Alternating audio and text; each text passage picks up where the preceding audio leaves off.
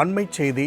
எந்த தவறுக்கும் பொறுப்பேற்க மனமின்றி ஆச்சரியக்குறித்தனமாக முதலமைச்சர் விஜய் பேசுகிறார் என அதிமுக தலைமை தெரிவித்துள்ளதை நாம் அண்மை செய்தியாக பார்த்து கொண்டிருக்கின்றோம்.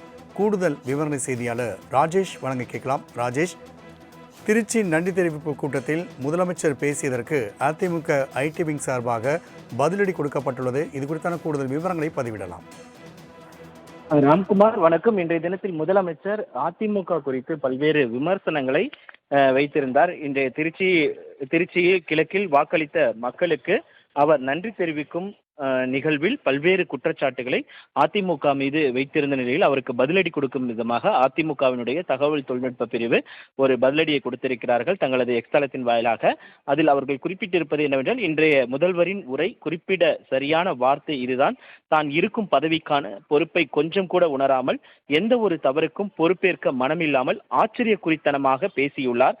சட்ட ஒழுங்கை சீர் செய்ய காவல்துறைக்கு அதிகாரிகளை நியமித்து விட்டால் போதுமா?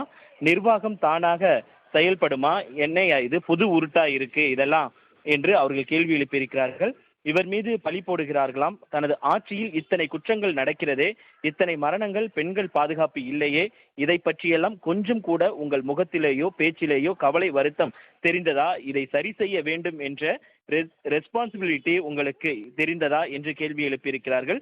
எல்லாத்திற்கும் முந்தைய ஆட்சிதான் காரணம் என்று சொல்வது பெயர்தான் மாற்றமா? முந்தைய ஆட்சியில் நிதி மோசமாக இருந்ததை இப்போதுதான் கண்டுபிடித்தீர்களா? இதில் இவர் ஆட்சிக்கு வரக்கூடாது என கூட்டு சதி செய்தார்களாம், சூழ்ச்சி செய்தார்களாம். அப்புறம் கத்தி பேசினா, கத்திப்பட டைலாக் மாடுலேஷன்ல பேசினா பொய்யெல்லாம் உண்மையாகி விடுமா? தான் பேசுவதற்கு ஏதாவது ஆதாரத்தை இன்றைய முதல்வர் காட்ட முடியுமா என்று அவர்கள் கேள்வி எழுப்பியிருக்கிறார்கள். மாறாக ஆட்சிக்கு வருவதற்கு முன்னே தமிழக வெற்றிக் கழகம் துவங்கிய குதிரை பேரத்திற்கு அவர்கள் வெளியிட்ட அம்மா மக்கள் முன்னேற்ற கழகத்தின் மன்னார்குடி சட்டமன்ற உறுப்பினரின் கையெழுத்து வீடியோவே சாட்சி என்று அவர்கள் குறிப்பிட்டிருக்கிறார்கள். மேலும் எல்லோரும் எல்லா நேரமும் ஏமாற்ற முடியாது என்பதை மட்டும் நினைவிற்கொள்க என்று அவர்கள் குறிப்பிட்டிருக்கிறார்கள். நீங்க கோட்டு போடுங்க, போயஸ் கார்டன்ல வீடு கூட வாங்குங்க, யாருக்கு கவலைப்பா? உலகமே உங்களை சுத்தி தான் இயங்குற மாதிரி சும்மா நசன்னு புலம்பிக்கிட்டு இருக்காதீங்க என்று விஜயை குறிப்பிட்டு அவர்கள் பதிவிட்டிருக்கிறார்கள். ராஜேஷ், தகவலுக்கு நன்றி.